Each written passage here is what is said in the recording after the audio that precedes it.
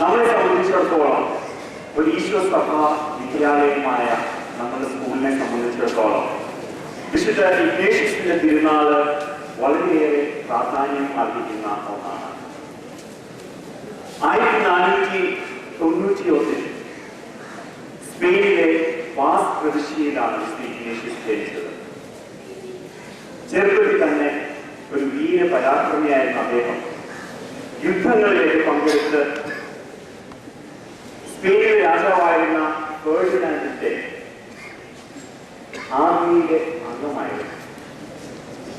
അങ്ങനെ ഒരിക്കൽ അദ്ദേഹം 1521 ഒരു യുദ്ധത്തിൽ പങ്കെടുത്തപ്പോൾ അദ്ദേഹത്തിന്റെ കാലിന് ഗുരുതരമായ ഒരു പരിക്കേൽക്കുകയും നീണ്ടകാലം റെസ്റ്റ് ചെയ്യുന്നതിനായിട്ട് അദ്ദേഹം കിടക്കയെ ആശ്രയിക്കേണ്ടി വരികയും ചെയ്തു.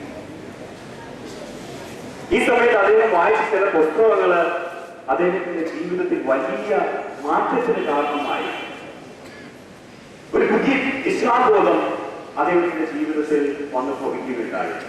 തന്റെ ജീവിതം ദൈവത്തിന് വേണ്ടി വേല ചെയ്യുന്നതിനായിട്ട് അദ്ദേഹം മാറ്റാൻ തീരുമാനിക്കുകയും ചെയ്തു.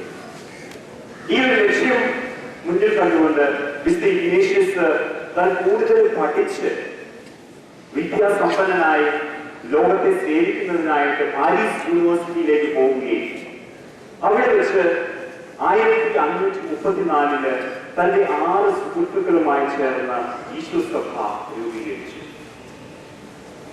ഇന്ന് തിരിഞ്ഞു നോക്കുമ്പോൾ കഴിഞ്ഞ 500 വർഷക്കാലം ഈശോ സഭ ചരിത്രത്തിൽ പല നിർണായക ഘട്ടങ്ങളിലും പല സാഹചര്യങ്ങളിലും ഇടപെട്ടതായിട്ട് നമുക്ക് കാണാൻ സാധിക്കും. ആദ്യകാലത്ത് ഈശോ സഭ കത്തോലിക്ക സഭയെ സഹായിക്കുന്നതിനായിട്ട് കത്തോലിക്ക സഭയിൽ അന്ന് ഉടലെടുത്ത മത നവീകരണ പ്രസ്ഥാനത്തിനെതിരെ ബൗദ്ധികമായും ആത്മീയമായും പ്രവർത്തിച്ചു.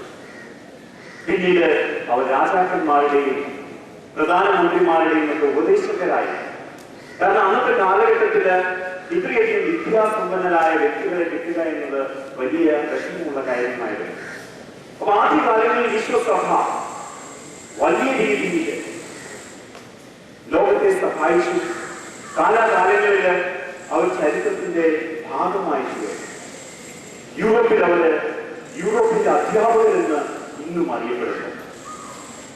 ഏഷ്യയില് അവർ അവസരങ്ങളുടെയും ആലംബങ്ങളുടെയും സഹായമായി കടന്നു വന്നു. ഇന്ത്യയിലെ കത്തോലിക്ക സഭയുടെ ഒരു പ്രധാന പ്രവർത്തനങ്ങളുടെ കാരണക്കാരും പക്ഷേ ഈശോ സഭയും ഈശോ സഭാംഗങ്ങളും ആയിരിക്കും. ലാറ്റിൻ അമേരിക്കയില് അവർ വിമോചന ദൈവശാസ്ത്രത്തിന്റെ വക്താക്കളായി മാറി. അമേരിക്കയിൽ അവർ വിദ്യാഭ്യാസ പ്രവർത്തനങ്ങളിൽ മുഴുകിച്ചു. അങ്ങനെ ലോകത്തിന്റെ എല്ലാ ഭാഗങ്ങളിലും ഈശോ സഭയ്ക്ക് ചെന്ന് പ്രവർത്തിക്കുവാനുള്ള ഒരു വലിയ പ്രചോദനം ഉണ്ടായിരുന്നു.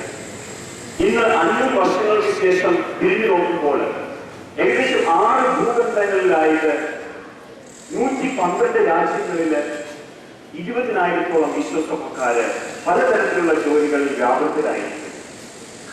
ഈശോ സഭയുടെ ഒരു പ്രധാന പ്രവർത്തനം വിദ്യാഭ്യാസ രംഗമാണെങ്കിലും ഈശോ സഭക്കാരെന്ന് ചെയ്യാത്ത ഒരു പ്രവൃത്തികൾ തന്നെയില്ല. അവർ സാഹിത്യകാരന്മാരായി, എഴുത്തുകാരായി, പത്രപ്രവർത്തകരായി, പ്രകൃതി സംരക്ഷകരായി, സാമ്പത്തിക വിദഗ്ധരും മാനേജ്മെന്റ് വിദഗ്ധരുമായി അങ്ങനെ അവർ ചെയ്യാത്ത പ്രവൃത്തികൾ ഒന്നും തന്നെയില്ല.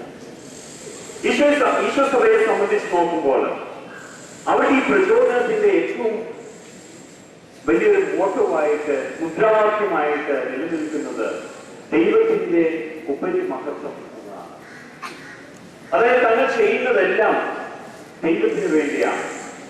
തങ്ങൾ ചെയ്യുന്ന എല്ലാ പ്രവൃത്തികളിലും ദൈവത്തിന്റെ മുഖം ദർശിച്ചുകൊണ്ട് കൂടുതൽ നല്ല രീതിയിൽ ചെയ്യുക എന്നതാണ് ഒരു ഈശോ സഭക്കാരന്റെയും ലക്ഷ്യം. അത് ഈശോ സഭക്കാരന്റെ ലക്ഷ്യം മാത്രമല്ല, ഈശോ സഭ ഒരു വിദ്യാഭ്യാസ സ്ഥാപനം നമ്മളുടെ പോലെ വിദ്യാഭ്യാസ സ്ഥാപനം നടത്തുമ്പോൾ ഈ